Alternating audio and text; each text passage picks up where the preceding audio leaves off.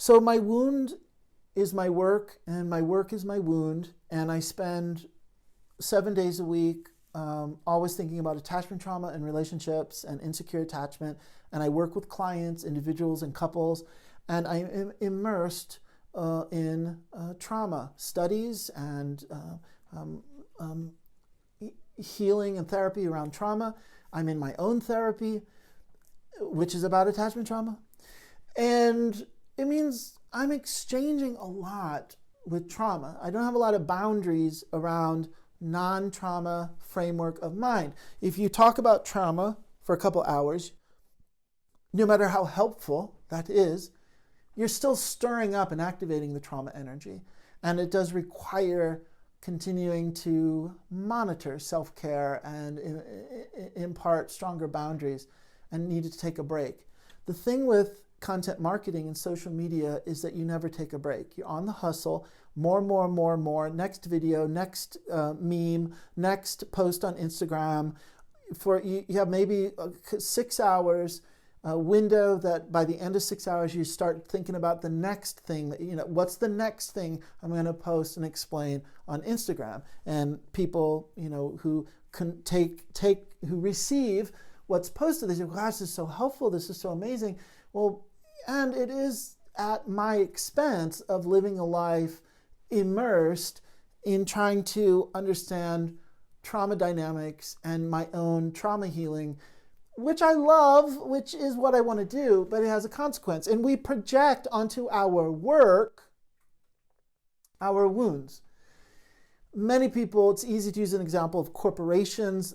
Corporate environments are very easy to show attachment trauma play out because of the infrastructure or the culture of corporations is that there's this hierarchy, the boss and the people below the boss, and the boss can become like the parent, and the workers cannot speak the truth. You can't really give real feedback. There's always a component of being fake and holding your tongue, because if you were really totally honest, you'd get fired.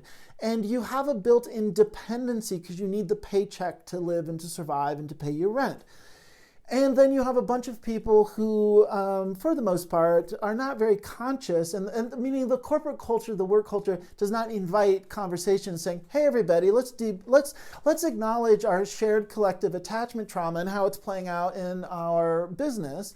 We say we don't have time for that. We're only concerned with selling and bottom line and making a profit. And as long as you're doing your job, even if you behave like an asshole or you're, freak out or you have all of these drama of dynamics playing out, of all of these other extra energies going on in the work environment, we're not going to talk about it. We're not really going to call attention to it. And so you have a lot of people who are in isolation and hiding, and there's a lot of passive-aggressive playing out of attachment injuries in the work environment, and we're projecting that onto work. And it's really common, and it happens a lot in agencies and organizations. And essentially, that's what I've been doing with social media and with YouTube and with my work, that because, again, I think I mentioned earlier, COVID creates an isolation. But if you're thinking about attachment trauma all day, you're talking about attachment trauma with clients, and I'm constantly figuring, like, how can I continue to, uncover these dynamics within the context of social media, is that you're never good enough, and you're only as good as the last post. And you have to constantly give more. It's one-sided. And the nature of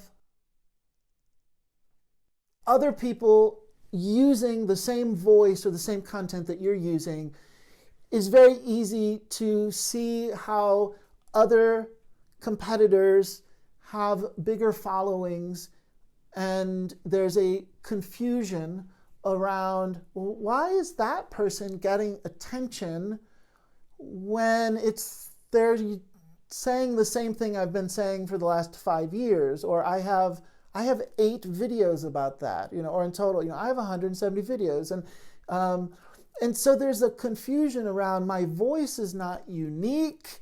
And so then I'm diminished. We're back at these old trauma symptoms. You're like, okay, well, I guess I'm insignificant. I guess I don't matter. But in the way the dynamic is with social media, I can just keep proving myself more, more, more, more.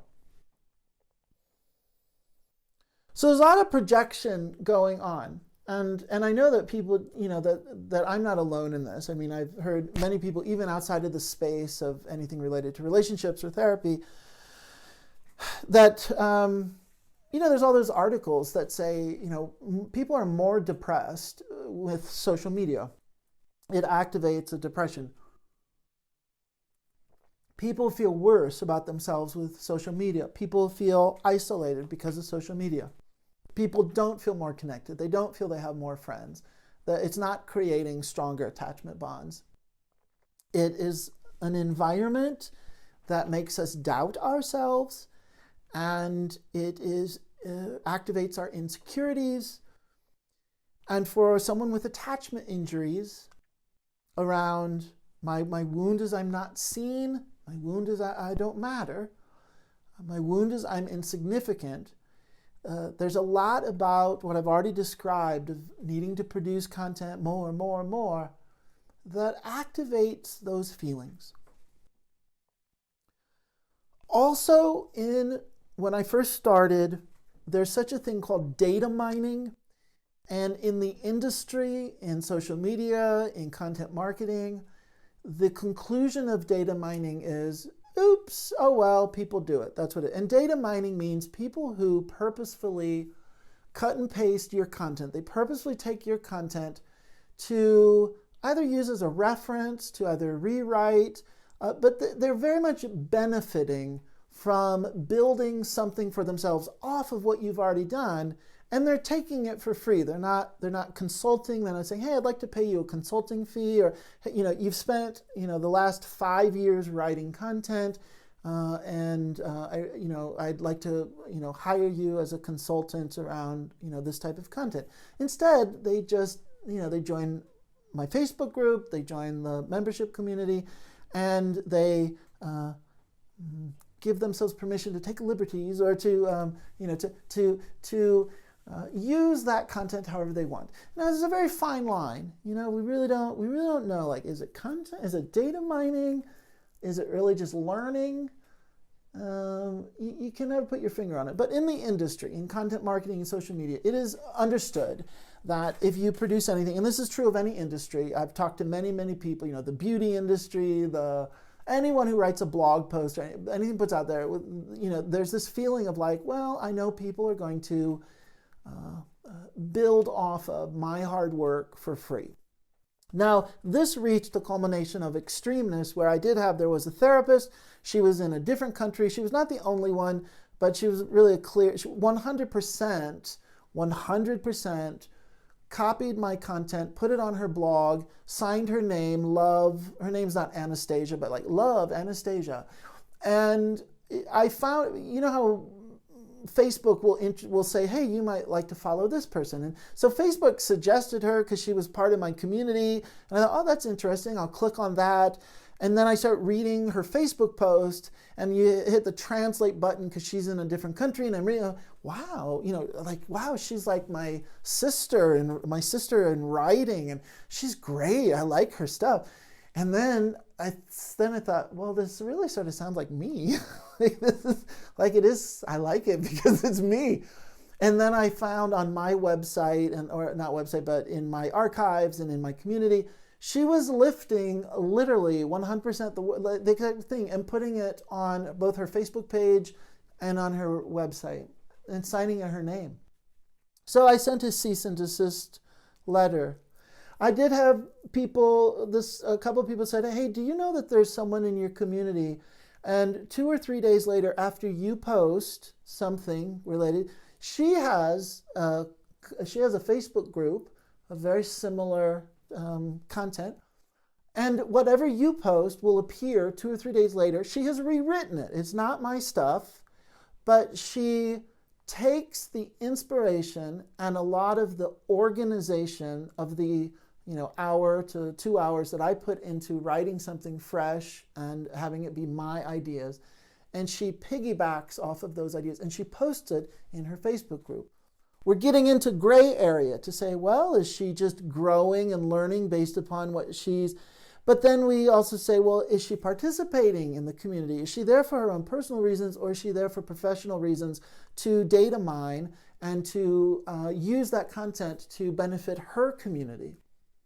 A lot of ethical issues. It's very ethically challenging, and there's a lot of also people who are unethical. So it begs the question, say, well, what is the ethical right thing to do here? But then there's just also a certain percentage of people who are doing this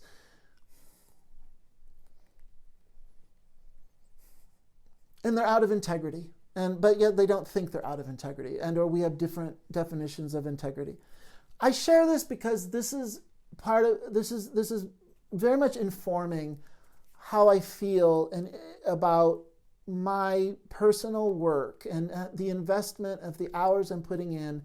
And I do know, I directly had therapists join my community, and I knew that they're a therapist. I knew they weren't participating. And so I would reach out and I would say, hey, I just want to ask, are you here because you're trying to get information to build your business, or are you here because you want to participate? And if you are here because of your business, I think we need to negotiate boundaries of what exactly does that mean. And I've had a number of therapists say, oh yeah, actually I am here. I am joining because I'm opening my own membership community, and I thought I could, use some of your infrastructure to build my infrastructure. And then I would say, well, I don't know, is that appropriate? People actually get paid to be a business consultant, and you're just joining to, walk up to the buffet and help yourself. And then there's this counter argument that says that, look at how immature I am, and I'm coming from ego, and there's no such thing as competition, and I just give it away freely, and I shouldn't even worry because the work speaks for itself, and my intention speaks for itself, and I'm coming from pure love, and I shouldn't, any concern that I have about this happening is really just an expression of my immaturity or my ego, which I don't believe any. I think that's bullshit thinking. It's a form of gaslighting. But there's that argument that just completely dismisses that, I should even have a concern, and it's somehow a sign of my immaturity to realize, wow, this is the landscape that I'm working in. This feels icky. I don't like this. That's a little vignette. That's a little story. What happens next is separate from that, but that is setting the tone of the social media environment. I start receiving DMs that I created about 12 videos, about 20 significant posts. I created the membership community, Improve Your Relationships, based on the guiding principle of self-directed healing. I created a core brand. If you're in content marketing, you need a brand. You need, what's your core message? And I stumbled upon, what I really wanted to do was very much informed by contemplative psychotherapy and Buddhist psychotherapy around being able to strengthen your observer self. And I identify it as we need our board of directors, and a board of directors is who are you assembling at your table of the people who are supporting you, and your group of healers that you bring together. But you're also at the table. It's not like you're disempowered and everyone else is telling you what you need and who you are. You have to engage in that participation and be able to discern how do you make intelligent choices based upon some input that you receive from others. If you need guidance from a therapist, if you want to talk to a psychiatrist, if you want to, any other kind of healing modality. But the idea is self-directed healing. And I created the communities based on this. Again, I have like 20 to 25 writings, specific articles about it, 12 videos. And then I first introduced it in my Facebook community. And then the membership community I created is all designed on this premise. So after a couple years into the community, I start getting these messages saying, hey, look, here, this person's doing something around self-healing. It appears very similar to what you're doing. Heads up, here's the link, here's the post. And it did register initially thinking, oh, okay, well, someone has adopted a very similar core brand messaging. Someone my purpose, I've been working on it for 2 years to say, the crescendo of my message is around self-directed healing, and I'm investing in growing that message. Now, keep in mind, self-directed healing is not unique. It's not, Andrew Weil has had a magazine, a naturopath magazine called Self-Healing for many years. He's a medical doctor. There's internal family systems, talks about self and being in self. They have the Center for Self-Leadership. So the word self is connected to that. There's also technically self-psychology, which is a little different from this kind of definition of how I'm applying it here, but nonetheless, at least at face value, agency. You're a co-participant, co-creator in your own evolution, maturing, growth, treatment plan, etc. That message is not, unique to me. But it was unique at a particular time of internet presentation on YouTube and Facebook, and this was my brand, my core message. And I started receiving messages, DMs, and people would email and say, oh, look, here's this other person, and she has a very similar message, and her message is about self-healing. So I tried to discern how we're different and say, well, I have to do my own thing and let her do her thing. And a good amount of time passes. I mean, we're talking like a year and a half.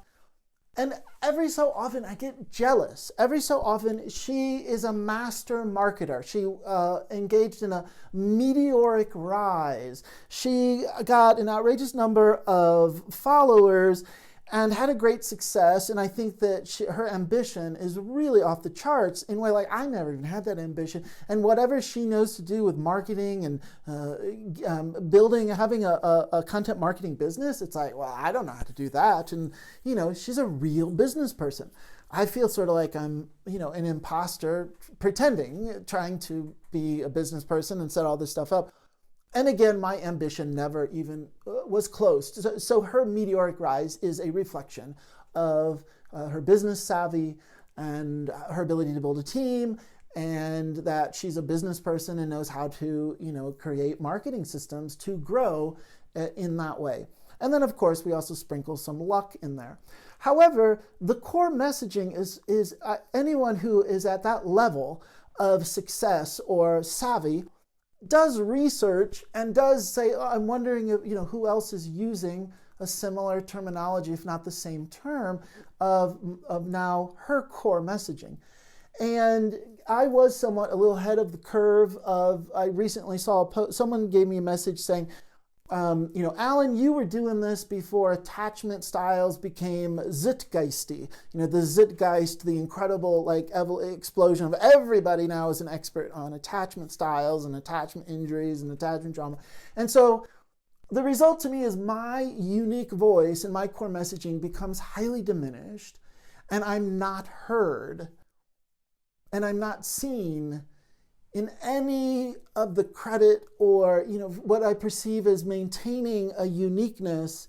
And does this sound familiar? This is my wound. This is reflecting back to me my wound. I'm insignificant. When you look at my number of followers compared to someone who has millions and millions of followers, it's very easy to go like, oh wow, you're really not being seen. Despite the reality, again, that, well, I didn't set up the necessary infrastructure as a business person to grow that way, and I've never had the ambition to want to grow that way.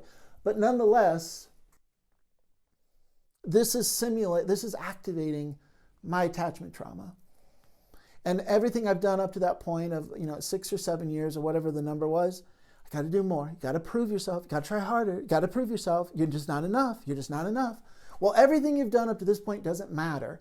Because look at this other person whose messaging, yes, has some personal stamp of uniqueness around, and I mean this in a positive sense, an ability to translate complex ideas to appeal to a broader audience. So there is at times a simpler linear, and I say this almost out of respect because I, as you can tell, talk too much, and I can be very complicated. And so I am appreciative of when people are able to present some things in a more compartmentalized, simple, linear sense. And I do perceive that one of the aspects of the success of not only this competitor, but of many people, is that they can do that. It can appeal to a larger common denominator group of people than perhaps the way I present information, which sometimes can be a bit complex and layered. So I'm triggered and I'm jealous. And I'm not a jealous person, and I know it's going to sound ridiculous when I say what I'm going to say. I really have never felt jealousy before. And you say, oh, come on. You had, like, not in the way that I felt it in the last so many years. Which was bizarre and surprising. Like, what is this? What? I was just not prepared for jealousy. And my attachment wound around, well, now I'm not being seen and I'm insignificant and my voice is being diminished. And I have the intelligence, healing knowledge, therapy knowledge to say, Alan, this has nothing to do with this other person. This is not about Instagram and Facebook and number of followers. Like, Alan, come on, this is not about all of that external stuff. This is your attachment trauma, again. And one day I was sitting with that feeling, and I just tried to confront it, say, Alan, confront the projection. Stop getting hooked into thinking it's about her and whatever anybody's doing. What is underneath this? What is the projection? What's the jealousy? What is the hurt? And I really came into, I've already said it, but I just really came into, I don't matter. I am not special. And I tried really, really hard to be seen. And this other person comes in and just is seen in like an amazing, gigantic firework kind of way. And I really tried to make 170 videos to have my mother see me, and she didn't see me. And my whole life growing up, trying to have any connection with my father, he never created a relationship with me. I wasn't seen there too. And I had this moment where the projection did pull off, the jealousy dissipated, the hurt comes in, the attachment trauma is raw right there. It wasn't really, they're not real specific images of my family, like real moments. It's a kind of like just this generic, and like Dickens' A Christmas Carol, when Scrooge goes sees these fantasy vignettes playing out of like, well, this is your life, and so it was this kind of, I'm the ghost. And I all of a sudden saw myself at age 4, age 5, and there's like this, the video of my whole life of childhood is right in front of me, and let in the intensity of the horrible feeling of, you're not special, you're not special. This is all coming from your wound. You're just not seen. You're not seen at all. And I knew, I've done this before many times, it wasn't foreign to me, but I walked into that memory. I stood beside the 4-year-old and I coached him. I said, look, you and me, we're going to look. Don't look away. Just look. You're not special. Now, inner child work is tricky here. There's a lot of what I consider unhelpful bullshit about this inner child stuff. And one of them is like, in that moment, there's a suggestion that you're supposed to say, I see you, it's okay, you're safe now. And as you can hear in the tone of my voice, I totally mock that. I don't think that that's helpful. The wound is the inability to see the truth. And we're not going to manipulate and cover it over with some kind of saccharine sweet, you're safe now, you're okay. I was offering affirmation relationally by standing next to him, and I reached down and held his hand and said, I'm gonna watch this with you. We can handle it. We cannot be special. Let's not be special together. It's okay. It's really okay. And look at it. Look at it directly. You're not in a relationship with your family. All these years, they didn't see you.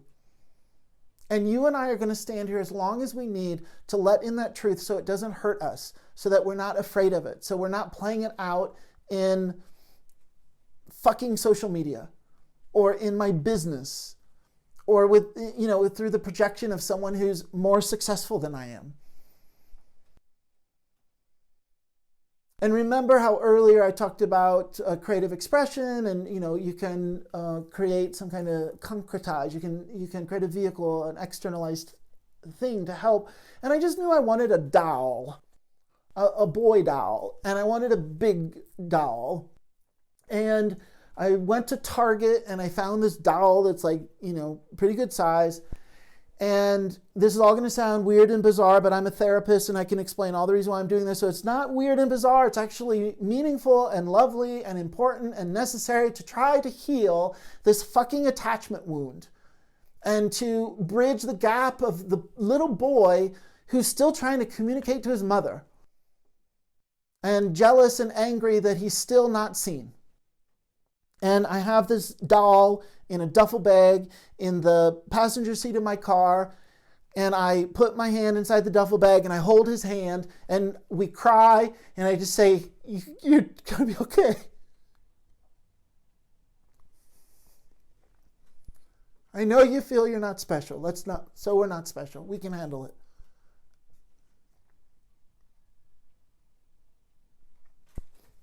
And I always laugh at how creepy and it is that I have this doll in my car, I know it sounds weird.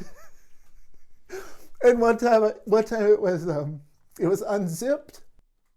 And so I parked and someone could look in the window and see it. And I remember feeling like embarrassed or just oh my gosh, what do people think that I have this doll? Well, that's inner child work. I've been doing that for years. And even if you do it for years, it doesn't matter. Every time you do it in a way that's fresh and authentic and a direct emotional relationship with that part that's hurting, with the part that's not special, who still doesn't believe he's special after 7 million views, after 170 videos, after whatever, that, ta-da, abandonment.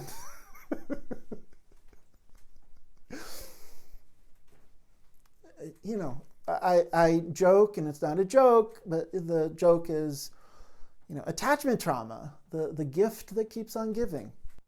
This is why the idea of healing, people say, are you healed? Are you completely, I love that phrase, are you completely healed? No, who cares? That's not what it's about. It's about uncovering the truth of these projections, pulling the projection off, and being able to go to the core heartbreak and the sadness, and to hold the hand of the child who's hurting and say, we're willing to make this a new day now. We're willing to do this a little different. And I hope to God this time my level of consciousness stays alert enough that I don't just keep playing it out over and over again. I invest in planting seeds. I invest in self-care. I invest in boundaries. I invest in education. Then we say, am I healed? I don't know. I'm growing. I'm learning. So then I said earlier, yes theory came into my life, watching these videos, put it out there. Everything I'm sharing, to some degree or another, I don't want to share with you. I don't want to put it out into the public. You have access to this.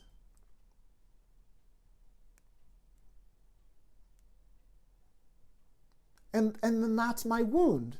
I picked this ridiculous video thing, this YouTube thing.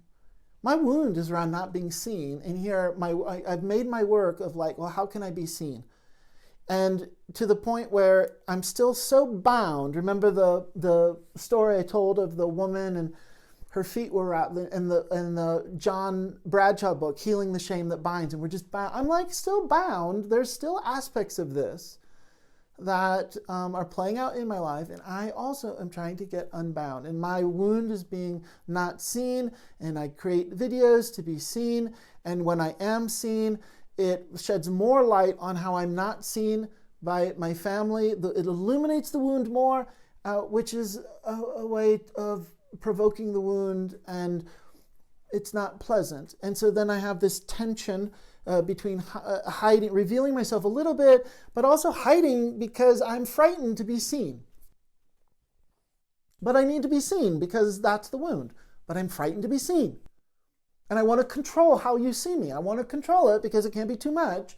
And the way I control it is I don't disclose that much. I don't talk about everything I'm sharing here. Again, because there's a component of like, it's also none of your business. Sorry to be mean about it. Not trying to be rude, but the level of exposure is frightening.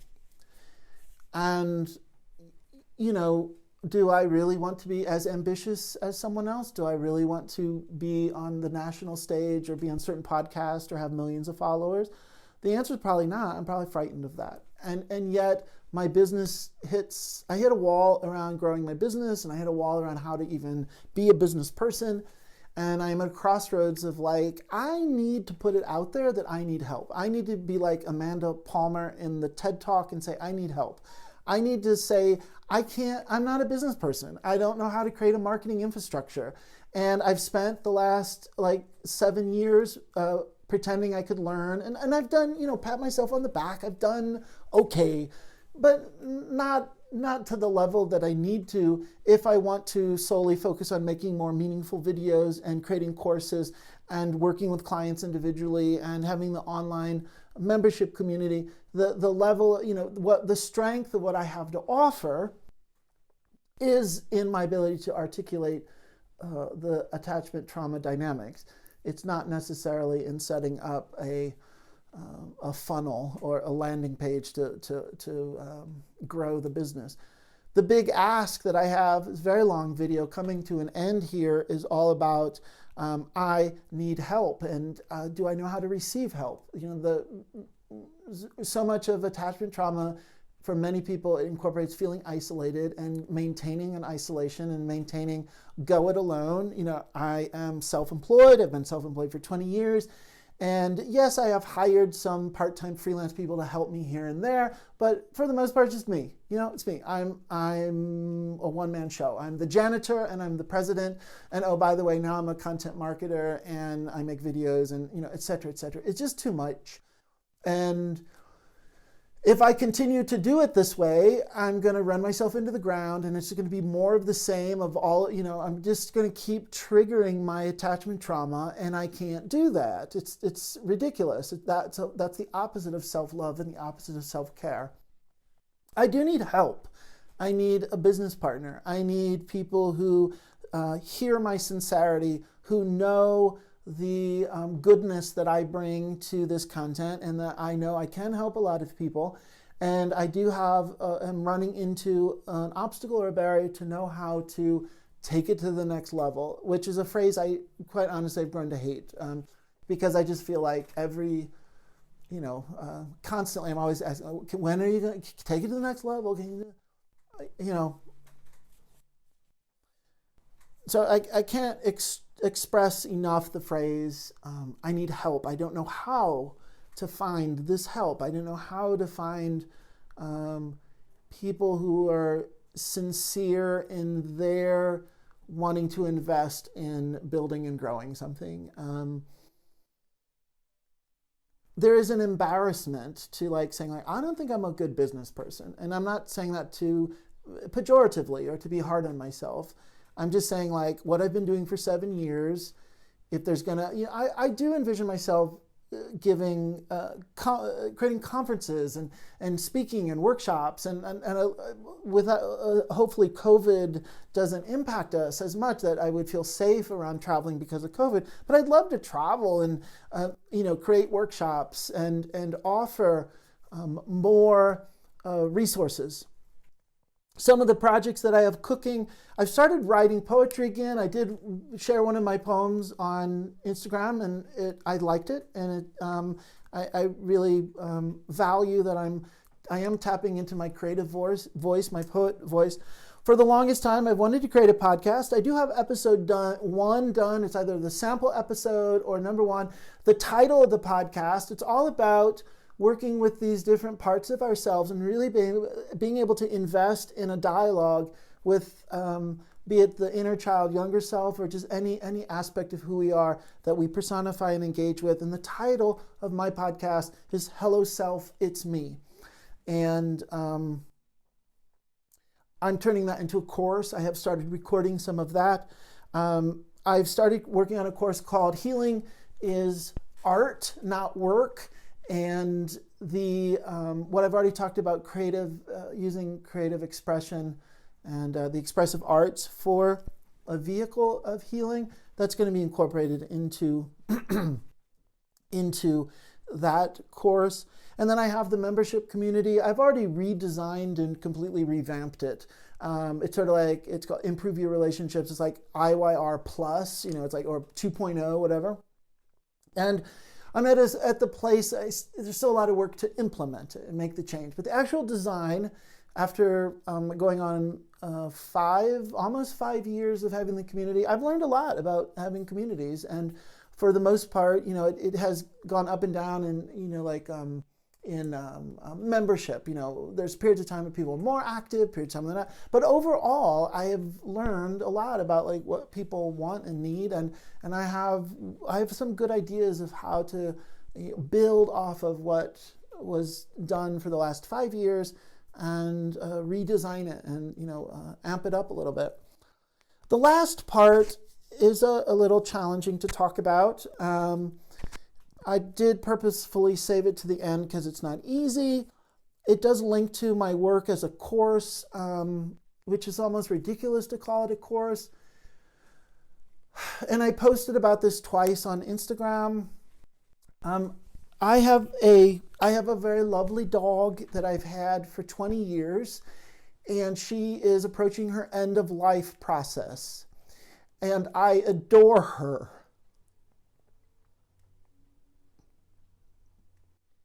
So not only is this about pet loss and the realization, anticipatory grief, and thinking about like, I've known for years, like literally for the last 8 years, I've very consciously been saying, I got to prepare for the loss. I got to be ready. I got to prepare. There's some practical things I've done, like write to the, talk to the vets and like, it's the grief of this loss. And the reason why this is so impactful and important or challenging is because it's about pet loss, but my pet, my lovely dog, is my primary attachment figure. And that's the post that I've made on Instagram twice. I never planned it this way. I never said, oh, I want an animal to be my primary attachment figure. Life has just unfolded in such a way that is what has happened. And for the longest time, I was concerned and say, Alan, you really need a human being in that role. I think it would be helpful if you had a deeper connection with your family. You really have to continue to build a network of friends, maintain the connection with the friends I already have. I have got to prepare before she dies to try to move away from having her be my primary attachment figure.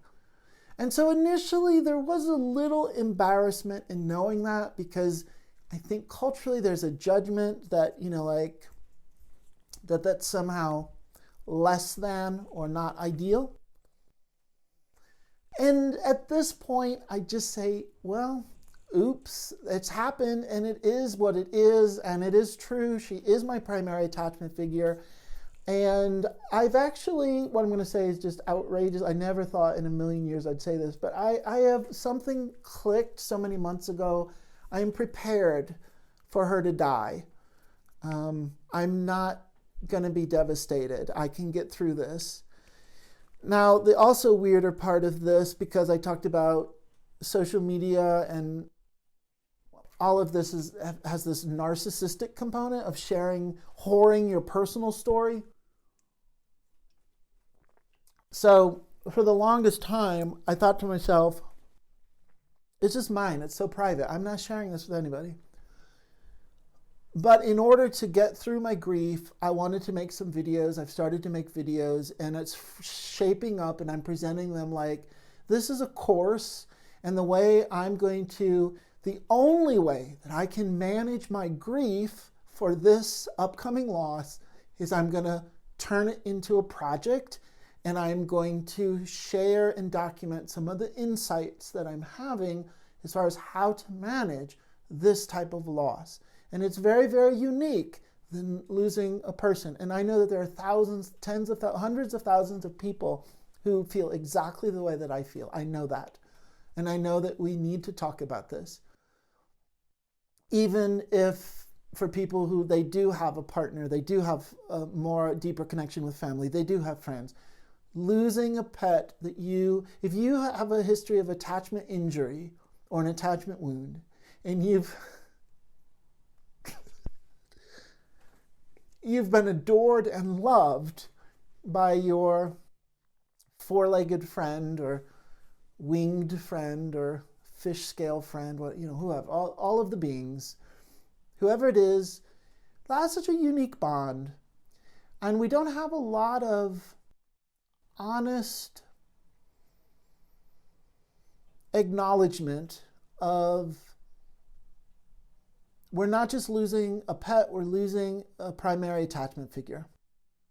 And if you have an attachment wound, it runs the risk of activating severe abandonment, and the wound takes over and hijacks the ability to grieve the loss. And we might then also move into talking about complicated grief and unresolved grief.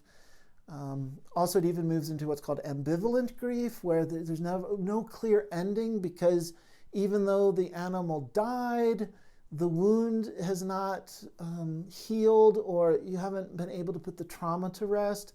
So it's still activated and it's directly linked to the animal, or the relationship. And so it just feels like it's kind of like this confusing grief that, again, the gift that just keeps on giving. So I'm making this course, and I'm going to have workshops. We're going to, come together and create conversation of healing the loss of our animal, about pet loss.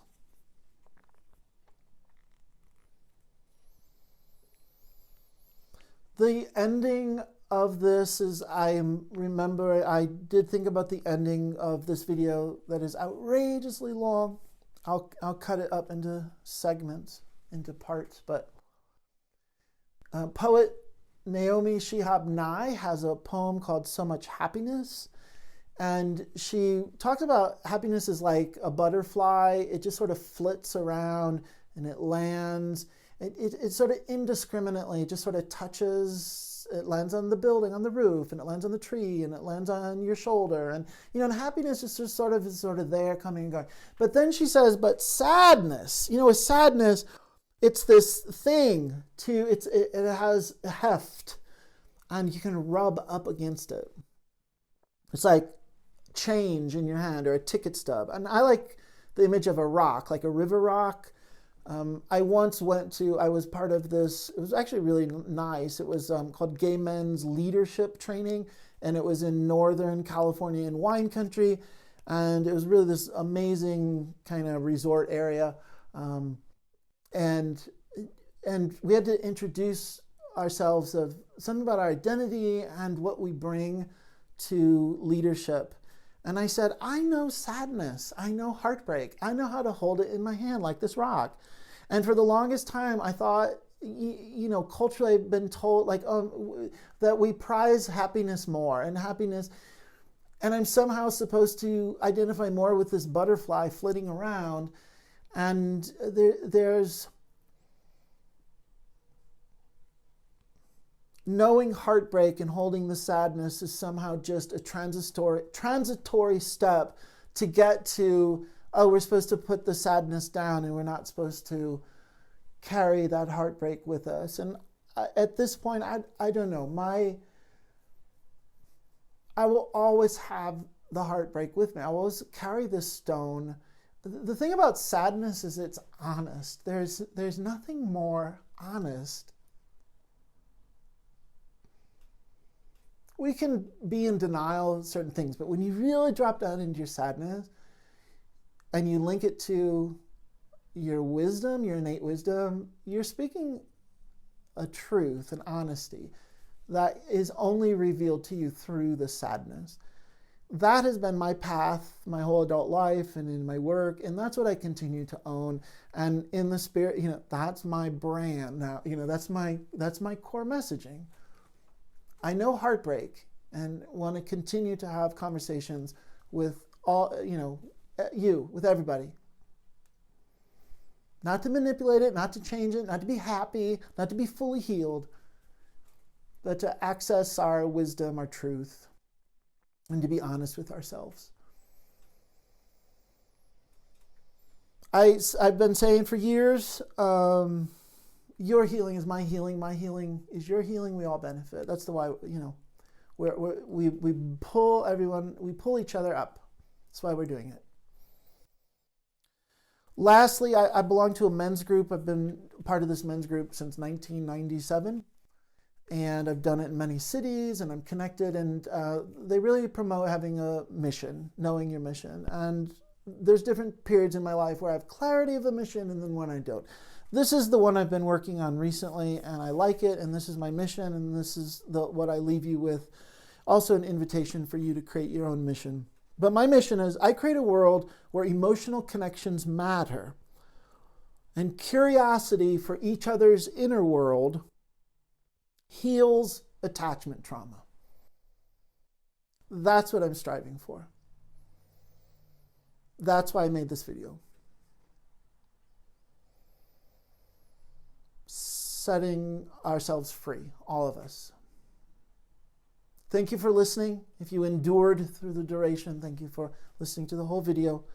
If you would like to offer some help, support, figure out how to grow and evolve and to spread the word, I'm open to receiving some offers of collaboration and figuring out what that might look like. And that from this point forward, I can't do what I think I'm doing alone. I need you, I need people, I need community, I need relationship. And that is my healing. So thank you.